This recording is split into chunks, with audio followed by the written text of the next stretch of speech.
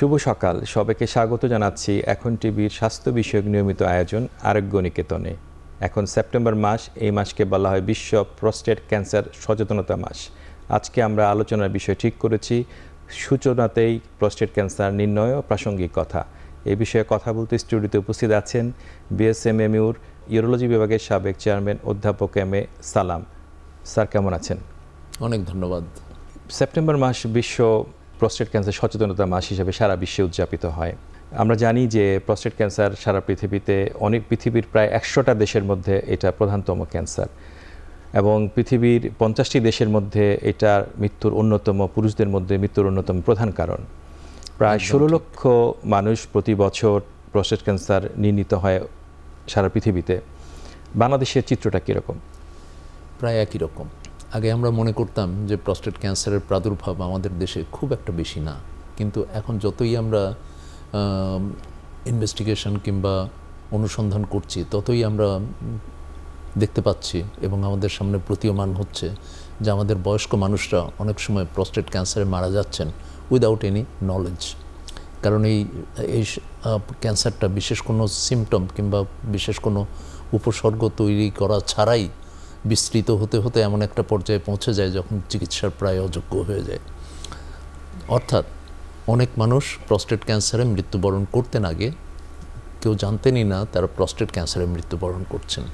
এখন আমরা অনেক দিন বেশি বাঁচি, কারণ আমাদের গড় আয়ু প্রায় 72.something পুরুষদের জন্য। তো এই সব বয়সে তো প্রস্টেট ক্যান্সারেরই বয়স, অতএব এই ক্যান্সারগুলো আমরা এখন দেখতে পাচ্ছি। আগে তো 50 বছরেই বলতে গেলে আমরা প্রায় মরে যেতাম, কিন্তু সেই অবস্থাটার উন্নতি হয়েছে।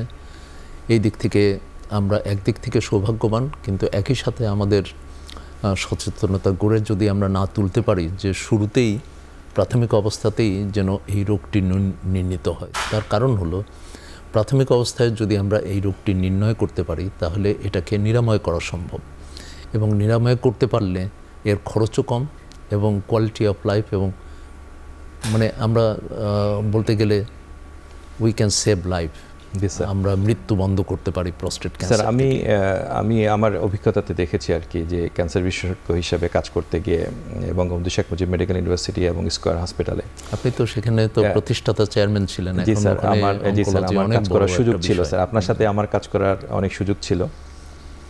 তো যে বিষয়টা স্যার বলতে যাচ্ছিলাম, আমি এমন পেশেন্ট পেয়েছি যাদের বয়স 40-এর নিচে। হ্যাঁ, খুবই। এর কারণটা কি স্যার? খুবই ইম্পর্ট্যান্ট একটা এবং প্রাসঙ্গিক একটা গুরুত্বপূর্ণ আলোচনা। সেটি হলো কম বয়সে যাদের প্রস্টেট ক্যান্সার হয় তাদের সাধারণত জন্মগত কারণ, হেরিডিটারি কিংবা বংশগত কারণে এটা হয়ে থাকে, এবং আমাদের প্রায় 10% রোগী যারা প্রস্টেট ক্যান্সারে আক্রান্ত তাদের কিন্তু এটা প্রকাশিত হয়, খুব ভালোভাবেই বোঝা যায়, এবং সেই ফ্যামিলিতে অনেকেই প্রস্টেট ক্যান্সারে আক্রান্ত, এটা দেখতেই পাই আমরা। সেই ফ্যামিলির যদি আমরা ইনভেস্টিগেশন করতে চাই তাহলে 40 বছর থেকেই আমাদের স্ক্রিনিং প্রোগ্রামটা শুরু করা দরকার। বছরে একবার একটা সিরাম পিএসএ করলেই কিন্তু এটি অ্যাচিভ করা সম্ভব।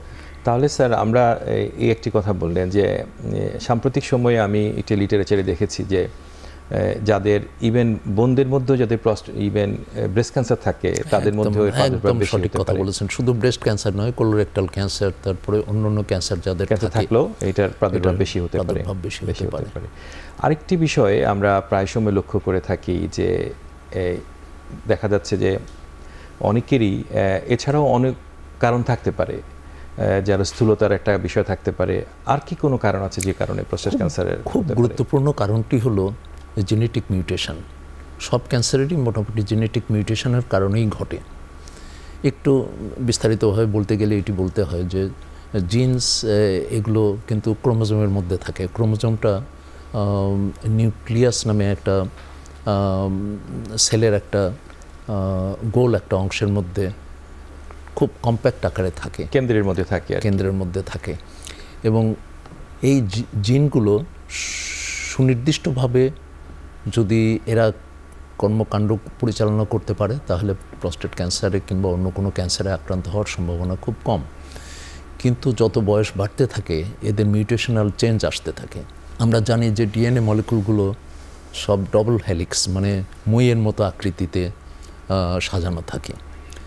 এখানে যে নিউক্লিক অ্যাসিডগুলো থাকে এগুলোতে যদি তারতম্য হয় কিংবা যদি ড্যামেজ হয়, জেনেটিক ড্যামেজ যদি হয়, একটা মইয়ের একটা প্রান্ত যদি ভেঙে যায় কিংবা ক্ষতিগ্রস্ত হয়, তাহলে এটা লো গ্রেড ক্যান্সার হতে পারে। কিন্তু যদি দুইটা সেগমেন্টই যদি নষ্ট হয় তাহলে এখানে হাই গ্রেড ক্যান্সার হয়। তো এইটা সব ক্যান্সারের বেলায় এখন দেখা যাচ্ছে যে এটি সত্য। প্রস্টেট ক্যান্সারের বেলায়ও এটি সত্য। তার মানে প্রস্টেট ক্যান্সার সাধারণত মূল কারণ হলো জেনেটিক মিউটেশন। এই জেনেটিক মিউটেশন এখন ঠিক করার জন্য আমরা কিছু ওষুধপত্রও পেয়েছি, বিশাল রিসার্চের কারণে আমরা এগুলো পাচ্ছি।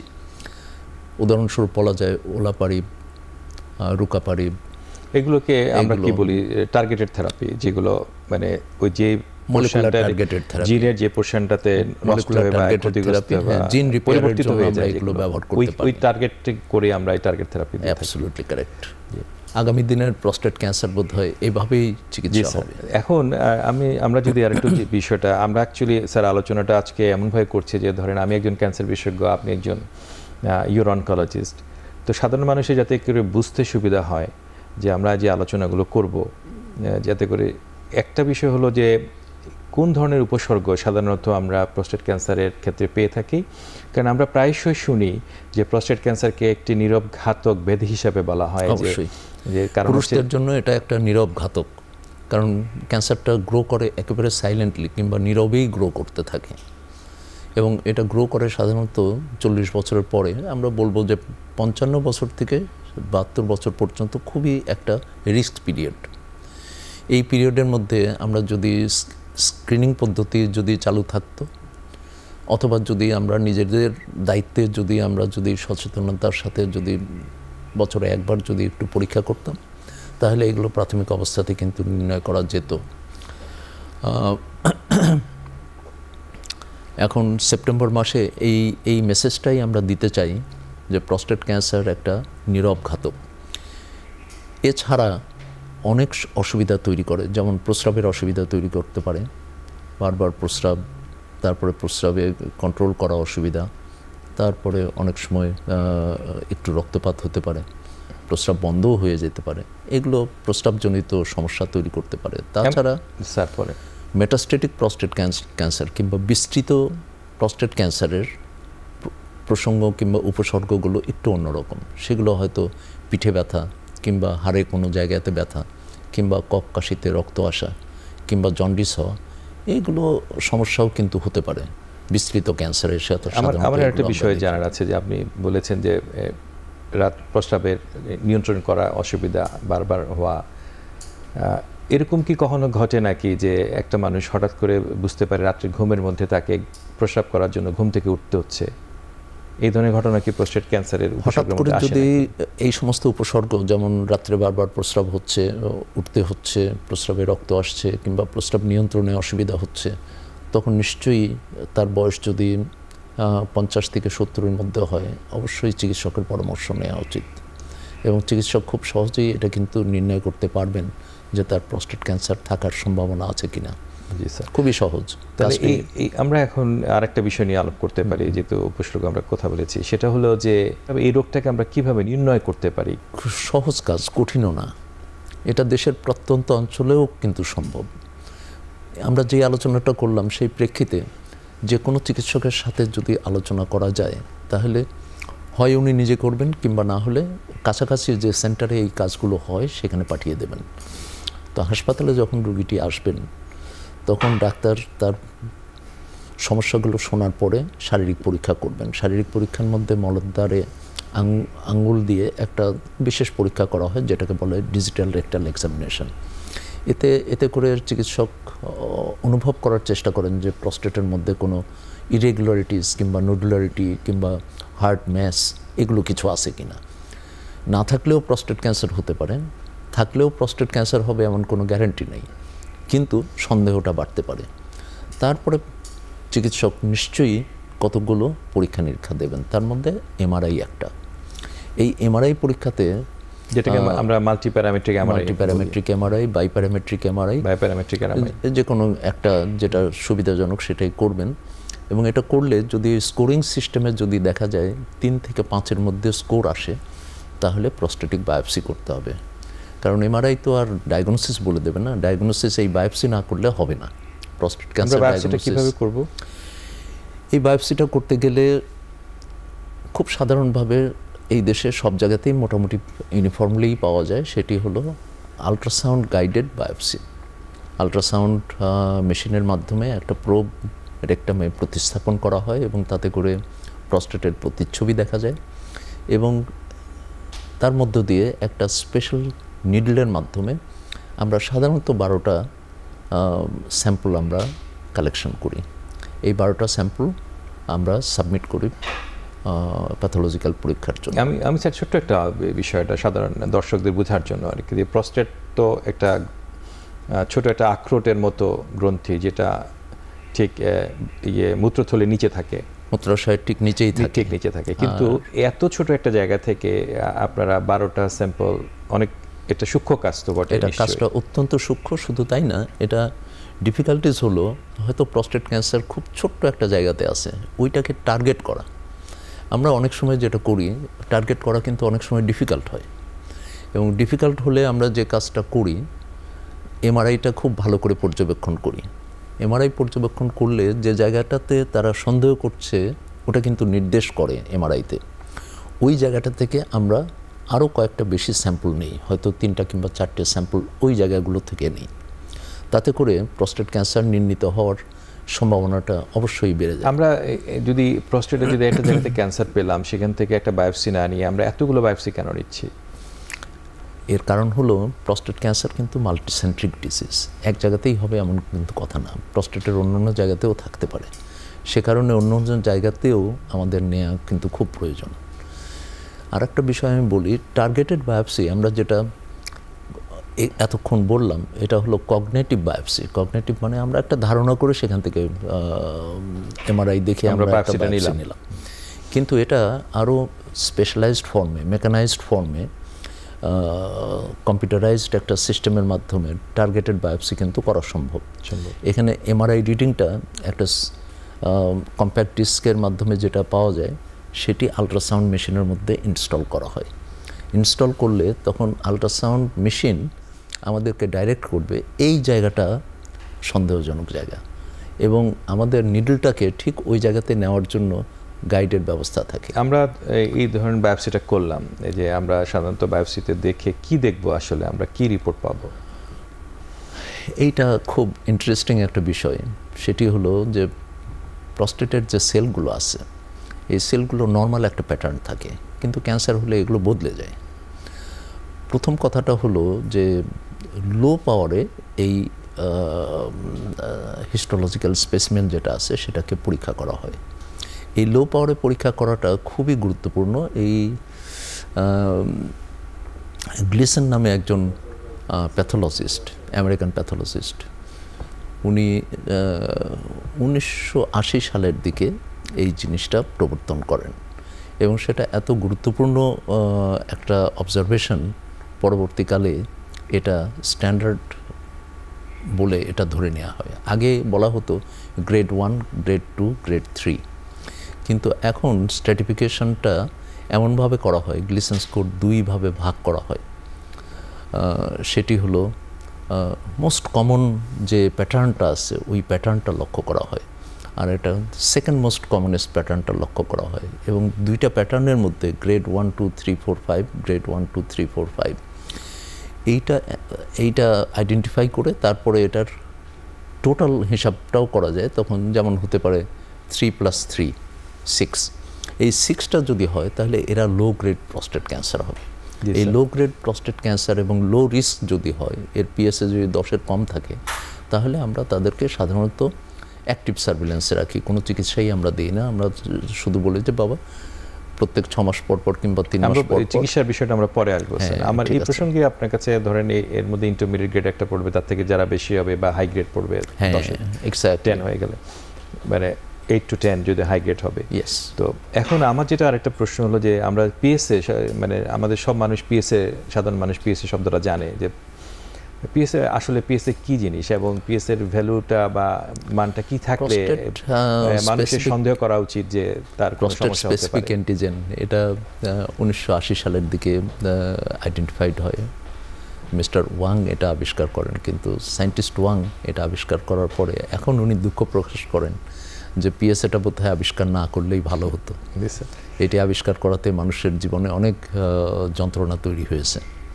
যন্ত্রণাটা এইভাবে হয়, ধরুন আপনার পিএসএ 6, 7, 8, 9, আপনি চিকিৎসকের কাছে গেলেন, চিকিৎসক বললেন যে হ্যাঁ এটা তো সমস্যাজনক, এটা এমআরআই করেন।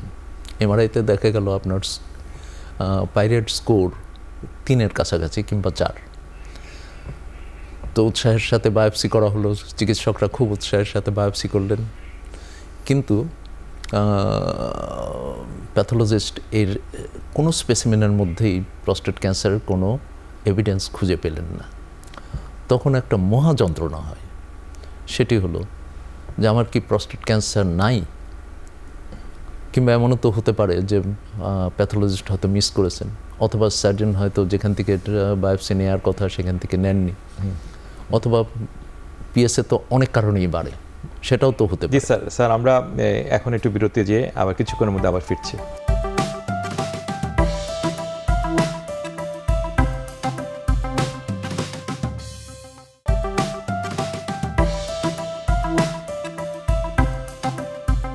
স্যার আপনি এই বিরতির আগে যেটা বলছিলেন যে পিএসএর বিষয়টা নিয়ে যেটা বললেন, আমি স্যার একটা বিষয় দেখেছি যে আপনি যে কথাটা বললেন যে অনেক রুগীর পিএসএ একেবারে স্বাভাবিকের কাছাকাছি এবং 4-এরও নিচে। বাংলাদেশে একটি গবেষণায় পত্রে দেখা গেছে যে কারো কারো পিএসএ প্রস্টেট ক্যান্সার ডায়াগনোসড হয়েছে অথচ পিএসএ 2.2, এরকম ঘটনা ঘটেছে। আপনি একদম যথার্থই বলেছেন যে আসলে এই কেন পিএসএর উপরে এত নির্ভরশীল হওয়ার সুযোগ নাই, সেটা ঠিকই বলেছেন স্যার। এটা এক্সপ্লেন করার জন্য আপনাকে একটা প্রশ্ন করি, সেটি হলো কোনো সিমটম নাই, কোনো অস্বাভাবিকতা নাই, তার কোনো প্রস্রাবে কোনো যন্ত্রণা নাই, কোনো অসুবিধাই নাই, তার সিরাম পিএসএ যদি করা যায়, সারা দেশের মানুষের পার্সেন্টেজ অফ প্রস্টেট ক্যান্সার কতটা থাকবে বলতে পারেন কি? না, বলতে পারবো না। অ্যাপ্রক্সিমেটলি 15%। আচ্ছা স্যার। তার মানে প্রস্টেট ক্যান্সার পিএসএ প্রস্টেট স্পেসিফিক অ্যান্টিজেন নরমাল থেকেও 15% লোকের কিন্তু প্রস্টেট ক্যান্সার থাকতে পারে। এই কারণে স্যার বেশিরভাগ ক্ষেত্রে যে টিউমার মার্কার আমরা পাই, টিউমার মার্কারকে কিন্তু মানে স্পেসিফিক্যালি কোনো ডায়াগনস্টিক বলা হয় না বেশিরভাগ ক্ষেত্রে ক্যান্সারের ক্ষেত্রে। ঠিক, একদম ঠিক। স্যার আর কোনো পরীক্ষা নিরীক্ষার বিষয় আছে? এটা নিয়ে অনেক গবেষণা হয়েছে, অনেক চিন্তা ভাবনা করা হয়েছে। আমরা তো ডায়াগনোসিস করে ফেলেছি, এখন এটা রোগের স্টেজিং নির্ণয় করার জন্য আর কোনো পরীক্ষা নিরীক্ষা কি দরকার আছে কিনা? আর বাংলাদেশে সবকিছু সবই আছে। এই দেশে কিন্তু চিকিৎসা সরঞ্জাম মোটামুটি এখন ধরেন আমি স্যার একটা প্রশ্ন করি যে আমি প্রায় শুনি যে প্যাট সিটি স্ক্যান এর কথা শুনি, এমআরআই কথা তো আমরা শুনলাম যে হোল বডি এমআরআই করা যেতে পারে, একটা প্যাট সিটি স্ক্যান আমরা করতে পারি। পেট সিটি স্ক্যান যদি গ্যালিয়াম 68 পিএসএমএ পেট সিটি স্ক্যান হয় তাহলে এটি খুবই স্পেসিফিক হয়, কিন্তু নরমাল যে ওটা বাংলাদেশে মনে কিছুটা শুরু হয়েছে যে হ্যাঁ অল্প কয়েকটা কেস করা হয়েছে, ওটা আর ভবিষ্যতে আরো করবে, ওরা করবে। প্রাথমিক পরীক্ষা নিরীক্ষা খুবই উৎসাহব্যঞ্জক সাড়া পাওয়া গেছে। স্যার জানি যে প্রস্টেট ক্যান্সার কিন্তু মানে হাড্ডিতে বা অন্য জায়গায় ছড়িয়ে যেতে পারে, খুব দ্রুত কিন্তু ছড়াতে পারে। তাহলে এই পরিস্থিতিতে তো আমাদের এই ধরনের পরীক্ষা তো করতেই হবে স্যার, না করলে তো আমরা বুঝতে পারবো না যে রোগটা আসলে কতখানি ছড়িয়েছে। এরকম একটা অবস্থা তো সবসময়ই হয়। প্রস্টেট ক্যান্সার যখন ডায়াগনোসিস হয় তখন আমরা চিন্তা করি যে স্টেজিংটা কীভাবে করা যায়। স্টেজিং করতে গেলে আমাদের এখন টুলসের মধ্যে যেটা অ্যাভেলেবল সেটা হলো বোন স্ক্যান, কিন্তু বোন স্ক্যানের অনেক লিমিটেশন আছে। প্রচুর লিমিটেশন আছে। এই লিমিটেশনটা ওভারকাম করার জন্য আমরা আর একটা পরীক্ষা হয়তো চিন্তা করতে পারি, কিংবা আমরা প্রায় সময়ই করি, সেটি হলো হোল বডি এমআরআই স্ক্যান। আমরা করে থাকি। এটা খুবই স্পেসিফিক এবং খুবই নির্ভরযোগ্য এবং পিএসএমএ পেট স্ক্যানের তুলনায় কোনো দিক থেকেই খারাপ নয়। তো সেই হিসাবে আমরা মনে করি যে আমরা at per with the world technology. আমরা আমাদের প্র্যাকটিসে এটাই ব্যবহার করে থাকি। ঠিক তাই, সবাই করে, এবং এতে আমার মনে হয় মানুষের সুরক্ষা দেওয়া সম্ভব হয়েছে। জি স্যার। এই পরীক্ষাটা না থাকলে হয়তো সুরক্ষা দেওয়া সম্ভব। আমরা একটা বিষয় নিতে যেতে পারি যে এখন তো আমরা ডায়াগনোসিস হলো, কোথায় রোগের বিস্তৃতিটা আমরা জানলাম কতখানি হয়, যেটা প্রশ্নটা গুরুত্বপূর্ণ সেটা হলো যে আমরা চিকিৎসা যেটা করব, যে চিকিৎসাটা কি করব আর সেটা কি আসলে বাংলাদেশে পাওয়া যায় কিনা। প্রথম কথা হলো চিকিৎসাটা সবসময় চিকিৎসা, রোগ নির্ণয় সব কিছুই কিন্তু গাইডলাইনের মাধ্যমেই হয়, এবং এখানে সবচেয়ে নির্ভরযোগ্য গাইডলাইন যেগুলো আছে, American guideline, American neurological association guideline, American medical oncology অ্যাসোসিয়েশনের গাইডলাইন, ইউরোপিয়ান ইউরোলজি অ্যাসোসিয়েশনের গাইডলাইন, এগুলো কিন্তু একই কথাই বলে, একই সিস্টেমই বলে। এরা এভিডেন্স বেসড, খুবই এভিডেন্স বেসড। এর মানে হলো পরীক্ষা নিরীক্ষা করার পরে যেটা এস্টাবলিশড হয় সেটি কিন্তু ওরা গ্রহণ করে এবং সে কথাটাই বলে, এবং তারা সবসময় আপডেটেড করে, প্রত্যেক বছরই এটা আপডেটেড হয়। আমাদের দেশে একটা গাইডলাইন আমরা তৈরি করেছিলাম, কিন্তু প্রত্যেক বছর যেটা আপডেট করা দরকার সেটাই করা হচ্ছে, কিন্তু সেটি করা অত্যন্ত দুরূহ এবং অত্যন্ত ব্যয়বহুল। আমি সাম্প্রতিক সময়ে এই প্রসঙ্গে বলি যে এনসিসিএন গাইডলাইনের একটা খুব নির্ভরযোগ্য একটা গাইডলাইন, গত এপ্রিল মাসে একটা ফ্লোরিডাতে একটা মিটিং ছিল এনসিসিএন এর। তো ওই মিটিং এ আপনি ব্যতিক্রমভাবে আমি গিয়েছিলাম। তো এটা চমৎকার একটা অভিজ্ঞতা হলো ওখানে যাওয়ার জন্য, যে আমি দেখলাম যে এনসিসিএন তো আপনি জানেন বোধহয় যে আমেরিকার সবচেয়ে ভালো ভালো ক্যান্সার ইনস্টিটিউটের যৌথ উদ্যোগে এটা করা হয়ে থাকে। পাশাপাশি ওরা কিন্তু কিছুদিন পর পর এটা আপডেটিং করে, কারণ অনেক নতুন নতুন তথ্য আসছে, অনেক ট্রায়াল আসছে, অনেক ওষুধপত্র আসছে, সেজন্য এটা বারবার আপডেট না করা ছাড়া তো উপায় নেই স্যার। এবং সব ক্যান্সারেরই কিন্তু গাইডলাইন এনসিসিএন যেটা দেয় সেটা খুবই নির্ভরযোগ্য, সারা পৃথিবীর সব অনকোলজিস্ট কিংবা স্যার আপনি তো বেসিক্যালি একজন সার্জন এবং পরে একজন ইউরো অনকোলজিস্ট হয়েছেন, বাংলাদেশের প্রথম ইউরো অনকোলজিস্ট। আপনি এই দিক থেকে সার্জারি সাইড থেকে প্রস্টেট ক্যান্সার চিকিৎসার ক্ষেত্রে কি করণীয় আছে? সার্জারির একটা খুব গুরুত্বপূর্ণ ভূমিকা আছে, সেটি হলো যে যদি অর্গান কনফাইন্ড, অর্থাৎ যদি সীমিত পর্যায়ে প্রস্টেট ক্যান্সারটা থাকে, তবে সার্জারি করে এটাকে বের করে দেওয়া সম্ভব। এমনকি যদি অল্প একটু বিস্তৃতি হয়, বিস্তৃতি লাভ করে, ওইটুকু রিমুভ করে দেওয়া সম্ভব। তবে এক্ষেত্রে খুব ভালো এমআরআই এবং অন্য অন্য প্রাসঙ্গিক পরীক্ষা নিরীক্ষাগুলো খুব গুরুত্বপূর্ণ ভূমিকা পালন করে। সেটি হয়তো সার্জনকে নির্দেশ করে যে এত দূর পর্যন্ত রিসেকশন লিমিটটা হবে। এবং যদি আমরা এটা করতে পারি এবং করার পরে যদি প্যাথোলজিক্যাল স্পেসিমেন যদি পলিজ মার্জিন নেগেটিভ এবং পরবর্তীকালে সিরাম পিএসএ যদি একদম লেস দ্যান 0.2 এরকম যদি থাকে, তাহলে আমরা বলতে পারবো এটা নিরাময় হয়ে গেছে। এবং এতে সুবিধাটা হলো যে ইনস্ট্যান্ট একটা চিকিৎসা দেওয়া সম্ভব হলো, হয়তো 2 ঘন্টা কিংবা 3 ঘন্টার মধ্যে চিকিৎসা কমপ্লিট হলো, এবং সার্জারির যেগুলো সামান্য কিছু প্রতিকূলতা কিংবা সামান্য কিছু কমপ্লিকেশনস আছে, সেগুলো ছাড়া আর বড় কোনো অসুবিধা হওয়ার কোনো কারণ আমাদের আমরা প্রায় শুনে থাকি আজকাল বাংলাদেশে, সারা পৃথিবীতে একটা শব্দ প্রায় উচ্চারিত, রোগীরাও আমাদেরকে জিজ্ঞেস করেন যে রোবোটিক সার্জারি। এটা আমরা খুব শীঘ্রই পাবো, তার কারণ দা ভিঞ্চি রোবোটিক সিস্টেমের অনেক দাম ছিল, কিন্তু এখন ওদের কপিরাইটটা চলে যাওয়ার পরে এই রোবোটিক সিস্টেমগুলো বলতে গেলে অনেকটা সহজলভ্য হয়েছে। এটা আর কিছুই না, এটা একটা সেলাইয়ের মেশিন মাত্র। এই সেলাইয়ের মেশিনটা আমাদের হাতে থাকলে আমরা খুব আরামে চা খেতে খেতে অপারেশন করতে পারবো। এটা সার্জনদের জন্য খুব বেনিফিট। কিন্তু তা থেকে দুর্ভাগ্য এমন কিছু নয় এটা, তার কারণ আমরা যেভাবে করি প্রস্টেট ক্যান্সারের শল্য চিকিৎসাটা, সেটি ক্লাসিক্যাল পদ্ধতিতে করি। সেটি বলতে গেলে রোবোটিক সার্জারিতে এই ক্লাসিক্যাল পদ্ধতিটাই রিপিট করা হয় উইথ ইনস্ট্রুমেন্টাল হেল্প। তো এতে কিছু সুবিধাও আছে, এই সুবিধাটা আমরা হয়তো খুব শীঘ্রই পেতে যাচ্ছি, কারণ যেহেতু দাম কমেছে এগুলো সব হাসপাতালেই অ্যাভেলেবল। জি স্যার, আমার যেটা প্রশ্ন হলো যে আমরা যদি ধরুন যে এই যন্ত্রপাতির দাম কমলেও যন্ত্রপাতি তো দাম কিছু না কিছু থাকবে, এবং সব জায়গাতে যে অ্যাভেলেবল করা যাবে সেটা নাও হতে পারে, প্রান্তিক পর্যায়ে অনেক সময় ট্রেনিংও লাগবে। তো সেটার ক্ষেত্রে কি যে রোবোটিক সার্জারি যেটা করা হয়ে থাকে আপনারা করে, প্লাস আপনারা যে বর্তমানে সার্জারিগুলো করছেন, এটার মধ্যে পার্থক্য কি, যে এটা কি রোবোটিক সার্জারি লাগবেই, না লাগলে কি হবে না? Man behind the machine is more important. ছুরি কাছির পেছনে যে লোকটা আছে, হ্যাঁ, তো আমরা যে এখন আপনাদের সার্জারি করছেন, রোবটের পেছনে যে লোকটি আছে তার অভিজ্ঞতাটা। আপনাদের তো বাংলাদেশে তো আমাদের এতদিন রোবোটিক সার্জারি এখনো আসেনি, বা আপনারা তো এখনো সার্জারি করছেন, এটা কি যথেষ্ট নয়? এটা যথেষ্ট, কিন্তু আমি মনে করি যে যুগের সঙ্গে তাল মিলিয়ে চলতে গেলে এবং প্রিসিশন বেসড সার্জারি করতে গেলে আমাদের এই সমস্ত টুলগুলো অত্যন্ত প্রয়োজন। ওটা স্যার বুঝেছি স্যার, কিন্তু প্রান্তিক পর্যায়ে সবসময় আমরা এত বড় বড় জিনিস কিন্তু পৌঁছাতে পারবো না, এবং সবাইকে বাংলাদেশের সকল রোগীকে কিন্তু এক বর্তমান সময় আমরা দিতে পারবো না। তাহলে ওই ক্ষেত্রে টারশিয়ারি ইনস্টিটিউটগুলোতে ওটা আমি বুঝেছি স্যার, ওই ক্ষেত্রে কি আমরা আপনারা যা চিকিৎসা সেবা দিচ্ছেন তা কি যথেষ্ট নয় কি? সেটা অবশ্যই যথেষ্ট, অবশ্যই যথেষ্ট। তো ওটা যদি বেশ কয়েকটা randomized control trial between classical old surgical methods আর দা ভিঞ্চি রোবোটিক সিস্টেম কিংবা রোবোটিক সার্জারির যে রেজাল্ট, এটা দেখা গেছে হিসাব করে যে in terms of complication, in terms of disease control, in terms of recovery, এগুলো বলতে গেলে প্রায় একই রকম।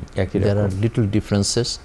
সেই ডিফারেন্সটা হয় হলো early discharge from the hospital এবং ব্লাড লসটা একটু কম হয়, কারণ রোবোটিক সার্জারিতে যে প্রেশারটা অ্যাবডোমেনের মধ্যে কিংবা পেটের মধ্যে রাখা হয় সেটা ব্লিডিংটা একটু কমায়। স্যার আমরা এখন আরেকটা বিরতিতে যাব, কিছুক্ষণ পরে ফিরছি।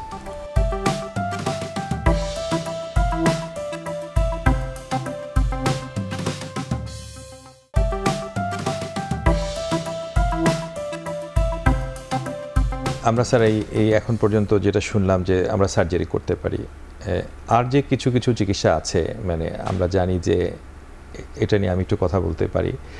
যে একটা হলো, আপনি জানেন যে আমি আর আপনি এবং আমাদের ডক্টর ইমতিয়াজ, আমার এক বন্ধু ইউকে থেকে কিছু আগে আসছিল, যেটা আমরা বাংলাদেশে প্রথম আমি ছিলাম। আপনি ছিলেন স্যার, সৌভাগ্যক্রমে আমি ওটার সাক্ষী ছিলাম। হ্যাঁ আপনি সাক্ষী ছিলেন। ব্র্যাকেথেরাপি বুস্ট। তো সে যে এই লো গ্রেড টিউমার বা ইন্টারমিডিয়েট বা হাই গ্রেড টিউমারকে লো গ্রেডে নিয়ে এসে তারপরে ওগুলাকে মানে অন্যান্য করে তারপরে আমরা বুস্ট দিতে পারি, সেই সুযোগটা আছে। তো একটা পেশেন্টের ক্ষেত্রে আমরা করেছিলাম, ওইটা তো আমার এক বন্ধু ছিল, আমার স্কুল ফ্রেন্ড ছিল, তাকে করেছিলাম। তো ও জিজ্ঞেস করতে পারি তিনি কেমন আছেন? ভালো আছে, এখন চমৎকার ভালো আছে। আচ্ছা, তো ওকে তো আপনি দেখেছিলেন স্যার, প্রথমে আপনি দেখেছিলেন, আপনি আমার কাছে পাঠিয়েছিলেন। রেডিয়েশনের কোনো হ্যাজার্ড, লোকাল রেডিয়েশনের কোনো হ্যাজার্ড কি লক্ষ্য করা গেছে? কোনো হ্যাজার্ড নাই, কিছু নাই। এবং তার এটা আমরা করতে পারি কিনা রেগুলার বেসিসে, সেটি আপনার কাছ থেকে জানতে চাই। আমরা পারি স্যার, আমরা রেগুলার বেসিসে এটা আমরা প্রথম করলাম, দেখলাম যে আমরা কতখানি ফলাফল দেয়। তো সেটা অনেক সীমাবদ্ধতার মধ্য থেকে কিন্তু স্যার আমরা করেছি। তো এখন স্যার এটা একটা হলো যে বিকিরণ চিকিৎসাতে ধরেন বাংলাদেশে স্যার যে সেবাগুলো আছে, যে ভিমেট আছে, আইএমআরটি আছে, অন্যান্য ইস্যুগুলো আছে, তারপর 3D CRT আছে, যেগুলো আমরা চিকিৎসা প্রস্টেটের ক্ষেত্রে দিয়ে থাকি। তো আগের তুলনায় কিন্তু দুটো জিনিস বাংলাদেশে হয়েছে, অনেক মেশিনপত্র বাংলাদেশে পাওয়া যাচ্ছে স্যার এখন, প্লাস পাশাপাশি মানুষ এই আধুনিক চিকিৎসা সম্পর্কেও কিছু কিছু অবগত হচ্ছে, যদিও অনেক মেশিন সরকারি খাতে কিন্তু এখনও রেডিওথেরাপি মেশিন কিন্তু নাই বাংলাদেশে, মানে কার্যকরভাবে ওইভাবে চলছে না, আধুনিক মেশিনপত্র ওইভাবে নাই। বেসরকারি খাতে অনেক আছে। আমার প্রশ্নটা হলো যে স্যার, আমি যতটুকু আমার চিকিৎসাতে আমি দেখেছি একজন অনকোলজিস্ট হিসাবে, যে রোগীদের ক্ষেত্রে কিন্তু আমি দেখি যে এই চিকিৎসাগুলোর খুব বেশি কোনো সাইড ইফেক্ট নাই, ভালোভাবে বাংলাদেশে দেওয়া সম্ভব, এই রেডিওথেরাপি চিকিৎসাটা কিন্তু দেওয়া সম্ভব বাংলাদেশে। পাশাপাশি এই প্রসঙ্গে আমি দুই একটা প্রশ্ন করতে পারি কি স্যার? টোমোথেরাপিতে বিশেষ কোনো অ্যাডভান্টেজ কি আমরা পাই রেডিওথেরাপির ক্ষেত্রে? একই সাথে সাইবার নাইফ থেরাপি, হ্যাঁ এগুলো প্রস্টেট ক্যান্সারে তো বেশ ভালো কাজ করে, আরো বেশি কারণ হচ্ছে হাইপোফ্র্যাকশনেশন করে 5 দিনের মধ্যে চিকিৎসা কমপ্লিট করে দেওয়া যায়। ঠিক স্যার। যে সাইবার নাইফের কথা যেটা আপনি বলেছেন, সাইবার নাইফও অ্যাকচুয়ালি একটা লিনিয়ার অ্যাক্সিলারেটর মেশিন, টোমো তাই লিনিয়ার অ্যাক্সিলারেটর মেশিন, কিন্তু কাজের মেকানিজমটা একটু ডিফারেন্ট। ওখানে সাইবার নাইফে যেটা করে ফুডিশিয়াল, মানে কতগুলো ওই ফুডিশিয়াল দিয়ে দেওয়া হয়, দিয়ে দিলে ফুডিশিয়াল মানে মার্কার, হ্যাঁ ফুডিশিয়াল হলো মার্কার, ইনজেকশন দিয়ে এটা গোল্ড মার্কার, ওই মার্কারগুলো হ্যাঁ গোল্ড সিট নরমালি ইউজ করা হয়। তো সেগুলো দিলে হয় কি, আমরা ওই multi directional robot, multi directional ওয়েতে কিন্তু আমরা ওখানে যেটা হলো যে আমরা জানি যে মানুষ যখন শ্বাস প্রশ্বাস গ্রহণ করে তখন কিন্তু শরীরের কিছু অর্গান নিচের দিকে যায়, কিছু উপরের দিকে যায়, এটা কিন্তু মুভমেন্ট হয়, অনেক মুভমেন্ট, এটা কিন্তু প্রস্টেটের ক্ষেত্রেও প্রযোজ্য। সেই জিনিসগুলো কিন্তু এই মুভমেন্টগুলো ট্র্যাক করতে পারে হলো আইজিআরটি, 7 নাইফ ট্র্যাক করতে, আইজিআরটিও করে, 7 নাইফ করতে পারে। তো 7 নাইফটা মেইনলি কেন করতে পারে, কারণ হচ্ছে এটা রোবোটিকলি খুব ফাস্ট সে কিন্তু ট্র্যাকিং করতে পারে। ওটা ওটার মধ্যে একটা মোশন ডিভাইস থাকে, tracking movement tracking motion device থাকে, সেই কারণেই খুব দাম, খুব অনেক দাম স্যার। হ্যাঁ, তো দ্বিতীয়টা হলো 7F আমার কিছুদিন কাজ করার অভিজ্ঞতা ছিল দেশের বাইরে। তো দ্বিতীয়টা হলো যে IGRT স্যার, IGRT তো আমরা লোকাল মেশিন, আমাদের মেশিনগুলোতে হয়, আমাদের মেশিনে হয় স্যার, আমাদের মেশিনে IGRT তো হলো যে আমরা প্রতিদিন দেখি, প্রতিদিন ওই মেজারমেন্টগুলো নিই, প্রতিদিন ইমেজ করে দেখি কোন পজিশনে আছে, পজিশন ভেরিয়েশন হচ্ছে কিনা। আর 7F এর যেটা হলো যে অন টাইম, এখনই সে আইডেন্টিফাই করতে পারছে কোন 19-20 হচ্ছে কিনা, দেখে ফেলতে পারছে, এগুলো সুবিধা। আর টোমোথেরাপির কথা যেটা বললেন, টোমোথেরাপি কিন্তু সিটি স্ক্যান মেশিন যেরকম আছে সেরকমভাবে রেডিওথেরাপি মেশিনটাকে সেট করা, this is a fantastic device. Bombay tata Memon হসপিটালে আমার কাজ করার সুযোগ ছিল, ওদের ছিল। এখানে আরেকটা নতুন ডিভাইস এখন চলে আসছে, সেটা হলো প্রোটন থেরাপি। প্রোটন থেরাপি অন্যান্য দেশে আছে, বাংলাদেশেও সাম্প্রতিক সময় একজন আমার সাথে রিসেন্টলি কথা বললেন যে তারা প্রোটন থেরাপি নিয়ে আগ্রহী, বাংলাদেশে কিভাবে আনা যায়, কিভাবে প্রসেস করা যায়। প্রোটন থেরাপি নিয়েও বাংলাদেশে আমার মনে হয় কিছুটা কাজ হবে। সিঙ্গাপুরে আমি মাঝখানে ন্যাশনাল ক্যান্সার সেন্টারে 4 দিনের জন্য আমি গিয়েছিলাম স্যার। ওখানে প্রোটন থেরাপি আমার খুব পছন্দের, অনেক জায়গায় দেখছি আমি প্রোটন থেরাপি আছে, খুবই ভালো, চমৎকার জিনিস, খুবই এক্সপেন্সিভ। এছাড়া প্রস্টেট ক্যান্সারে কি আলাদা কোনো ভ্যালু, এটা এগুলো নিয়ে পরীক্ষা নিরীক্ষা চলতেছে, ট্রায়াল চলতেছে, তারপরে গিয়ে হয়তো স্পেসিফিক এখনো ইন্ডিকেশনসে ভবিষ্যতে হয়তো আসবে স্যার, চলে আসবে হয়তো স্যার। এখন যেটা হলো যে হরমোন থেরাপি বা কেমোথেরাপিও তো আছে, যে রোগীরা কিন্তু এই নিয়ে আমাদেরকে প্রচুর বিস্তৃত ক্যান্সারে হরমোন থেরাপি মেইন স্টে, তাই না? কি মেইন স্টে হলো হরমোন থেরাপি, তার সঙ্গে কেমোথেরাপিও যোগ করা হয়। ইয়েস স্যার, হাই ভলিউম হলে তার সাথে সার্জারি অথবা রেডিয়েশন থেরাপি অ্যাড করতে হবে। তো এখন যেটা হলো যে কেমোথেরাপিও কিন্তু বাংলাদেশের ফার্মাসিউটিক্যালস কোম্পানিগুলো কিন্তু অনেক কেমোথেরাপি উৎপাদন করছে এবং আমাদের দেশে সহজ মূল্যে অ্যাভেলেবেল করছে আমাদের রোগীদের জন্য। এটা কিন্তু না হলে অ্যাঞ্জেলোটামাইটের মতো ওষুধ আমরা কিন্তু বাংলাদেশে কম দামে পেতাম না। এবং অনেক, বিশেষ করে আজকাল তো আপনি জানেন যে প্রস্টেট ক্যান্সারে ইমিউনোথেরাপিরও ব্যবহার এসছে, তো সেইগুলো কিন্তু বা টার্গেট থেরাপিগুলো যে ওলাপারিবের কথা বললেন, এগুলো বাংলাদেশের ফার্মাসিউটিক্যালস তৈরি হচ্ছে। জি স্যার, তৈরি হচ্ছে বাংলাদেশের ফার্মাসিউটিক্যালস এক্সপোর্টও করছে। তো এদের জন্য কিন্তু আমাদের এই রোগীদের কিন্তু সহজে কম মূল্যে, সাশ্রয়ী মূল্যে ওষুধগুলো পাওয়ার সুযোগ তৈরি হয়েছে কিন্তু বাংলাদেশে। তো এখানে কেমোথেরাপির ক্ষেত্রে একটা কথা বলার আছে যে রোগীরা কিন্তু এটা নিয়ে অনেক চিন্তা করেন, দুশ্চিন্তা করেন যে মাথার চুল পড়ে যাবে, কি বমি হবে, কত কিছু চিন্তা করে, কিন্তু এগুলো নিয়েও খুব দুশ্চিন্তা করার কিছু নাই। যেগুলো সাইড ইফেক্ট হয়, চুল শান্ত 2 মাস পরে উঠে যায়, সবই রিকভারি করা যায়। বমি আজকাল রোগীদের অলমোস্ট হয় না, আমাদের হাতে অনেক ওষুধ আছে যেগুলো দিয়ে আমরা বমি বন্ধ করতে পারি। রক্তের একটা পরিবর্তন হয়, রক্তের যে পরিবর্তন আমরা বলি বোন ম্যারো ডিপ্রেশন হয়, নিউট্রোপেনিয়া। সেটা কিভাবে আপনারা ম্যানেজ করেন? আমাদের হাতে কলোনি স্টিমুলেটিং ফ্যাক্টর আছে। আমরা কিন্তু কেমোথেরাপি দেওয়ার পরে বিশেষ করে যদি ডসেটেক্সেল বা খুব টক্সিক ড্রাগ ইউজ করি তখন কিন্তু আমরা এগুলো ইউজ করতে পারি। এই ক্যাবাজিটেক্সেল যেটা প্রস্টেটে আমরা ইউজ করি, বিশেষ কোনো ভয় নেই। না, ভয় থেরাপি দিতে গেলে ভয়ের কোনো কারণ নেই। আগের মতো যেরকম ভাবে মৃত্যুর হার বা ছিল সেই সমস্ত কিন্তু এখন আর নাই স্যার, এখন নেই। কারণ আমরা যখন ইন্টার্ন করতাম, এটি খুব ভালো খবর। জি স্যার, আমরা যখন ইন্টার্ন করতাম, আমার মনে আছে আমি একবার একটা স্টোমাক ক্যান্সারের কেসে আমি 5FU দিয়েছিলাম, অনেক পরে গ্লাভস অন্যান্য অনেক কিছু পরে, কারণ তখন আমরা একদম প্রথম, এটা অনেক আগের ঘটনা বলছি, হ্যাঁ, কিন্তু তখন কিন্তু রোগীরা কিন্তু বমি করতেন, রোগীদের অন্যান্য সমস্যাগুলো হতো, এবং এমনও আছে রোগীরা একবারে ফ্লোরে গড়াগড়ি খেতেন সেই সময়টাতে। তো এখন কিন্তু আল্লাহর রহমতে কিন্তু আমাদের হাতে অনেক কিছু আছে যাতে করে এই কষ্টগুলো রোগীদের লাঘব করা সম্ভব হয়েছে স্যার। তার মানে কেমোথেরাপির বিভৎসতা নিয়ে অনেকেই দুশ্চিন্তা করেন না, এখন সেটি এখন প্রযোজ্য নয়। আমার স্যার একটা আপনার কাছে ইউজার ফ্রেন্ডলি হয়ে গেছে স্যার, আমি আপনার কাছে এখন এটা প্রশ্ন করতে চাই, এই যে আমরা ভিন্ন ভিন্ন স্টেজে রোগীগুলো আসছে, low grade, intermediate grade, high grade, এই রোগীগুলোর কতদিন বেঁচে থাকতে পারেন বা এটা নিয়ে ভয়ের কি কোনো কারণ আছে কিনা? যদি low grade low risk prostate cancer হয় তাহলে এদের 15 বছর বেঁচে থাকার সম্ভাবনা প্রায় 95%। তো এখন কারো বয়স যদি 70 বছর হয়, 15 বছর মানে 85, almost he is at the end of life. অতএব এটা কিওর বলা যেতে পারে। যদি লোকালাইজড প্রস্টেট ক্যান্সার হয় তাহলে আমরা অপারেশনই করি অথবা রেডিয়েশনই দেই, এদেরও বেঁচে থাকার সম্ভাবনা প্রায় 95 15 বছর। অনেক ভালো খবর স্যার। এটাও কিওর, তার মানে এই দুইটা সেগমেন্ট একদম কিওর। কিন্তু বিস্তৃতি লাভ করলে যে বিপদটা হয় সেটি হলো এটা কন্ট্রোল করা যায় কিন্তু কিওর করা যায় না। কিওর করা যায়, এটা হলো মহান মানে বিশাল অসুবিধা। এবং এতে আমাদের রোগীরা মোটামুটিভাবে 5 বছর বেঁচে থাকার সম্ভাবনা প্রায় 30% মতো, 10 বছর বেঁচে থাকার সম্ভাবনা প্রায় 60% মতো, 15 বছর বেঁচে থাকার সম্ভাবনা আরও কমে যায় প্রায় 20% মতো কিংবা তারও কম। তার মানে প্রাথমিক অবস্থায় যদি আমরা রোগ নির্ণয় করতে পারি তাহলে কিন্তু তাদেরকে আমরা একেবারে নিরাময় অফার করতে পারি। আজকের প্রসঙ্গ সেটা হলো সূচনাতেই রোগ নির্ণয় করা খুবই গুরুত্বপূর্ণ প্রস্টেট ক্যান্সারের ক্ষেত্রে, কারণ এটা নিরাময় করা সম্ভব। আমরা স্যার একটা বিরতি নিয়ে আবার আসছি।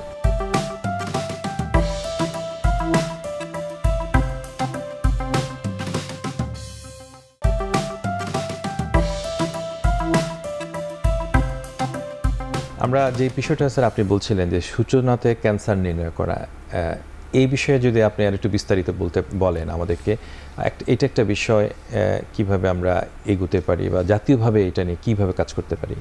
এটা খুব কন্ট্রোভার্সিয়াল একটা প্রশ্ন, কারণ ন্যাশনাল লেভেলে যদি আমরা প্রত্যেকের প্রস্টেট ক্যান্সার আছে কি না এটা পরীক্ষা করতে যাই তাহলে যে খরচটা হবে সেটি বাংলাদেশ সরকারের পক্ষে এটা প্রায় অসম্ভব। পৃথিবীর অন্যান্য কোনো দেশে আছে কিনা? শুধুমাত্র আমেরিকা এবং আর 2-1টা ধনী দেশ এটি মাত্র করে, আর বাকিরা কিন্তু করেন না। কিন্তু তারা যেটা এমফাসাইজ করেন সেটি হলো পার্সন বেসড স্ক্রিনিং প্রোগ্রাম। যেমন 55 বছর পর থেকে আমরা অনুরোধ করব প্রত্যেকটি পুরুষ মানুষ যেন বছরে একবার সিরাম পিএসএটা করেন। সিরাম পিএসএতে লেভেলে যদি অস্বাভাবিকতা দেখা যায় তাহলে যেন কাছাকাছি যে কোনো মেডিকেল ইনস্টিটিউশনে যোগাযোগ করেন। সেখানে ইউরোলজিস্টই থাকবেন। ইউরোলজিস্ট যদি জানতে পারেন যে তার পিএসএটা বেশি আছে, অ্যাবনর্মাল আছে, তাহলে নিশ্চয়ই উনি প্রয়োজনীয় ব্যবস্থা। আমাদের কাছেও কিন্তু স্যার কিছু রোগী পিএসএ নিয়ে চলে আসে। হ্যাঁ, আসবে। যদি বেশি আসে তাহলে আপনি ওগুলো প্রথমত এভালুয়েশনগুলো করবেন এবং করার পরে যদি প্রস্টেট ক্যান্সার পাওয়াই যায়, যদি বায়োপসি আপনার না করার অভ্যাস থাকে তাহলে আমাদের কাছে পাঠালে আমরা বায়োপসিটা করব। আমরা স্যার, আমার প্রশ্নটা হলো যে আমরা পিএসএটা তো পেলাম, বেশি পেলাম, ধরেন কোনো পেশেন্টে আমরা সন্দেহ করলাম, এর পরবর্তীতে আমরা কি করব? পিএসএ যখনই আপনি বেশি পেলেন তখন আপনার মনে সন্দেহ আসলো যে এটি প্রস্টেট ক্যান্সার তো হতেও পারে, তার একটা এমআরআই টেস্ট করা দরকার। এমআরআই যদি ওরা ইন্ডিকেট করে যে পাইরেট স্কোরটা 3 থেকে 5-এর মধ্যে, 3 যদি হয় সম্ভাবনা আছে, 4 যদি হয় যথেষ্ট সম্ভাবনা আছে, 5 যদি হয় খুবই সম্ভাবনা থাকার কথা, আপনি যেটা বলছিলেন যে এমআরআই, তখন তাদের একটা বায়োপসি করতে হবে। আমি স্যার একটা ছোট একটা প্রশ্ন করি আপনাকে, যে আমরা প্রায় মাল্টিপ্যারামেট্রিক বায়োপ্যারামেট্রিকের কথা আলোচনায় আসে প্রায়, তো এটা আসলে কি এবং পার্থক্য কি, এবং এটা কি দুটো একই রকম কিনা? মাল্টিপ্যারামেট্রিক এমআরআই এর নির্ভরযোগ্যতা অনেক বেশি, কিন্তু অসুবিধাও আছে। অসুবিধাটা হলো যে একটা কন্ট্রাস্ট ম্যাটেরিয়াল ইউজ করতে হয় এবং এমপি এমআরআই সাধারণ 1.5 টেসলা মেশিন যেগুলো সাধারণভাবে এমআরআই মেশিন যেগুলো হয় সেগুলোতে করা বেশ কঠিন, এবং কঠিন কারণটা হলো রেজাল্টগুলো অত স্পষ্ট এবং ক্লিয়ার হয় না। আর বায়োপ্যারামেট্রিক আর 3 টেসলা মেশিন যদি হয় তাহলে ওদের ক্লিয়ারিটি এবং ওদের ইমেজ কোয়ালিটি এত ভালো হয় যে এই পাইরেট স্কোরগুলো আরও সঠিকভাবে নির্ণয় করা সম্ভব হয়। আর বায়োপ্যারামেট্রিকটা, বায়োপ্যারামেট্রিক হলো it's a plain without contrast একটা MRI. This is a straightforward simple technique, only 10 minutes required, এবং খরচও খুব কম। এবং এই দুটা যদি পাশাপাশি যদি রাখা যায় তাহলে এমপি এমআরআই এবং বায়োপ্যারামেট্রিক এমআরআই এর মধ্যে ডিফারেন্স খুবই কম। এটা কোন ধরনের মেশিনে করতে হবে স্যার? এটা 1.5 টেসলা মেশিনেই করা সম্ভব। 1.5ও করতে পারে। এবং বলা হচ্ছে যে পরবর্তী প্রজন্মে প্রস্টেট ক্যান্সার স্ক্রিনিং প্রোগ্রামে পিএসএ যে টুলটা আছে, এই টুলটা পিএসএ বেসড স্ক্রিনিং প্রোগ্রাম, এটা এত কনফিউশন তৈরি করে যে তার পরিবর্তে একটা এমআরআই করা ভালো। এখন এমআরআইয়ের প্রতিবন্ধকতা হলো এটা একটু খরচ বেশি, আর সব জায়গাতে এমআরআই নাই, এটাও একটা ব্যাপার। কিন্তু বাংলাদেশ কিন্তু একদিক থেকে কিন্তু যথেষ্ট ভাগ্যবান যে প্রত্যেকটা জেলা শহরে অন্তত এমআরআই মেশিন একটা আছেই। বর্তমানে এমআরআই 1.5 টেসলা মেশিন প্রায় সব জেলাতেই আছে। জেলা হাসপাতাল, সরকারি হাসপাতাল না থাকলেও প্রাইভেট হাসপাতালে আছে। আর থ্রি টেসলা মেশিন কিন্তু আমাদের ঢাকাতে কয়েকটা ইনস্টিটিউশনে আছে। সেসব জায়গাতে কিন্তু খুব ভালো। তারপরে আমরা অন্যান্য বিষয়গুলো করবো স্যার। কিন্তু ঢাকার বাইরে বা বাংলাদেশের অন্যান্য জায়গাতে ধরেন আপনি তো একটা ভলান্টারি অর্গানাইজেশনের সাথে কাজ করেন, যতটুকু আমি জানি যে urology and transplant foundation of বাংলাদেশের সাথে আপনি প্রতিষ্ঠাতা সভাপতি। তো আপনার কি এরকম কোনো পরিকল্পনা আছে কিনা যে বাংলাদেশের এই যে আপনি বললেন যে কোনো গাইডলাইন তৈরি করা, সূচনাতে ধরার জন্য প্রস্টেট ক্যান্সার নির্ণয় করার জন্য কোনো পরিকল্পনা বা জাতীয়ভাবে কিছু চিন্তা করবেন কিনা? খুব ভালো কথা বলেছেন। সরকারের সাথে আমরা এইভাবে আলোচনায় আমরা এখনো যেতে পারিনি। হয়তোবা এখন যে সমস্ত অ্যাডভাইজাররা আছেন তাদের সাথে বোধহয় কথা বলার সুযোগ উন্মুক্ত হবে, আমরা আলোচনা করব। যদি জাতীয়ভাবে কিছু করা যায় সেটা খুব ভালো হবে। আর আমাদের ফাউন্ডেশনের একটা লক্ষ্য হলো যে ইউরো অঙ্কোলজির বিষয়ে প্রাধান্য দিয়ে একটা হাসপাতাল গড়ে তোলা। সে বিষয়ে আমরা 1 খণ্ড জমিরও মালিক হতে পেরেছি এবং সেখানে আমরা একটা হাসপাতাল করতেই যাচ্ছি। সেই হাসপাতালটি হয়তোবা এই সমস্ত বিষয়, এটা আমাদের রোগীদের জন্য ডেফিনেটলি একটা বিরাট সুখবর, আমাদের বাংলাদেশের রোগীদের জন্য। আমরা আশা করি সেটি আমরা করতে পারবো যদি আল্লাহ তাআলা ইচ্ছা করেন ইনশাআল্লাহ। না, কারণ হচ্ছে যে স্যার আমাদের যে কষ্ট বা রোগীদের দেখার পরও আমরা যারা রোগী চিকিৎসা করি, ক্যান্সার রোগী চিকিৎসা করি, তাদের সব রোগীকে যে আমরা শতভাগ সুস্থ করতে পারি তা কিন্তু না। আমাদের হাতে কিছু রোগী মারা যান, কিছু রোগী এখনো মারা যাচ্ছেন, আগে অনেক বেশি মারা যাচ্ছেন। এত ব্যস্ত হওয়ার কোনো কারণ নেই। আমরা যা কিছুই করি না কেন, জীবন নিয়ে এই পৃথিবী থেকে যেতেই হবে। কিন্তু স্যার একটা জিনিস হলো, আমরা যদি সূচনাতে এই রোগটাকে নির্ণয় করতে পারতাম তাহলে কিন্তু এই মানুষগুলোর কষ্টটা আমরা লাঘব করতে পারতাম। শুধু তাই না, তাকে আমরা ব্যাক টু নর্মাল স্বাভাবিক জীবন, তাকে স্বাভাবিক জীবনে আমরা ফেরত দিতে পারতাম। এটা একটা বিরাট ব্যাপার। এটা একটা বিরাট, মানে তার মৃত্যুটা অন্য কারণে হোক, আমরা মনে করি যে প্রস্টেট ক্যান্সারে না হোক। আপনাকে একটা ব্যক্তিগত প্রশ্ন করি যে আমি যখন ন্যাশনাল ক্যান্সার অ্যাসিস্ট্যান্ট প্রফেসর ছিলাম তখন আপনাকে আমি দেখেছি ওইখানে এসে, যেহেতু আপনার সহধর্মী ম্যাডাম ওইখানে কাজ করতেন, আপনাকে বিভিন্ন সময় পিএসএ এবং অ্যাপ পিএসএ এগুলো নিয়ে কথা বলতে আমি শুনেছি অনেকবার, কারণ আপনাকে তো আমি সেই সময় থেকে চিনি। তো এখন আপনি ইউরো অনকোলজির ব্যাপারে কেন আগ্রহী হলেন? Euro oncology became my bread and butter. Truly আমাকে ইউরো অনকোলজিতে আমার স্ত্রী সবচেয়ে বেশি অনুপ্রাণিত করেছেন, কারণ তিনি গাইনোকোলজিক্যাল অনকোলজির প্রতিষ্ঠাতা একজন গাইনোকোলজিস্ট।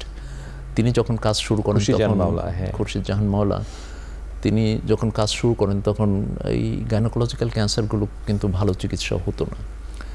তিনি দীর্ঘ প্রশিক্ষণের পরে ইংল্যান্ড থেকে ফিরে এসে তারপরে এই কাজগুলো ন্যাশনাল ক্যান্সার ইনস্টিটিউটে, আমি ছিলাম তখন, আমিও ছিলাম ওখানে। তিনি হয়তো চেষ্টা করলে অন্য জায়গাতে হয়তো সাধারণ গাইনোকোলজিস্ট হিসাবে প্রমোশনে যেতে পারতেন, কিন্তু তা তিনি অ্যাকসেপ্ট করেননি। তিনি বলেছেন আমি ক্যান্সারেই কাজ করতে চাই, আমার প্রমোশন হলো কি না হলো আমি ওটা নিয়ে মনে আছে। কারণ মনে আছে আমরা মাঝে মাঝে বিপদে পড়লে ব্রাকিথেরাপি করতাম, কারণ ক্যান্সার ইনস্টিটিউটে তখন সিজিএম 137 ব্রাকিথেরাপি ছিল। তখন আমরা অনেকদিন ধরে মেশিন পড়েছিল, আমরা তখন এটা শুরু করলাম। তখন আমি রেজিস্টার ছিলাম, ম্যাডাম যখন এসে কাজ করতেন তখন ওই ম্যাডাম কিন্তু মানে আমাদের পুরোপুরি সময় আমাদেরকে সবসময় সাহায্য করেছেন এবং এত সফট হার্ট, মানে সব স্পোকেন একটা মানুষ ছিলেন। অসাধারণ কোনো, আল্লাহ তাকে বেস্ট নসিব করুক।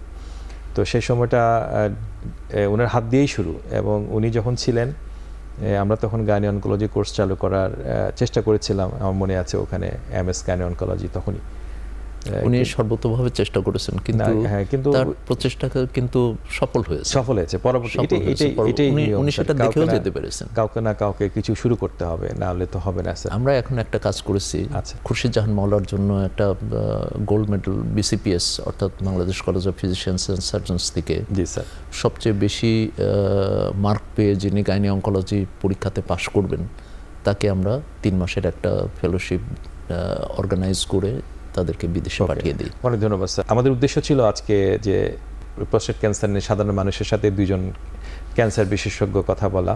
তো আপনাকে এখানে আসার জন্য অনেক ধন্যবাদ, এবং এখন টিভির পক্ষ থেকে এবং আমার পক্ষ থেকে এই অনুষ্ঠানের যারা হোস্ট বিকন ফার্মাসিউটিক্যাল তাদের পক্ষ থেকে আপনাকে অনেক ধন্যবাদ জানাচ্ছি। আমি একটি কথা বলবো, এই ইনোভেটিভ প্রোগ্রামটা এভাবে সাধারণত করা হয় না, কিন্তু এটি আপনারই মস্তিষ্ক প্রসূত এবং আমার মনে হয় অনেক মনের কথা কিন্তু আমরা এখানে বলতে পেরেছি, অনেক বেশি আলোচনা করতে পেরেছি এবং তাতে করে আমার মনে হয় মানুষই উপকৃত হবে। এখন টিভিকে ধন্যবাদ, বিকনকেও ধন্যবাদ। ধন্যবাদ স্যার, আপনাকে ধন্যবাদ। আপনাকেও ধন্যবাদ।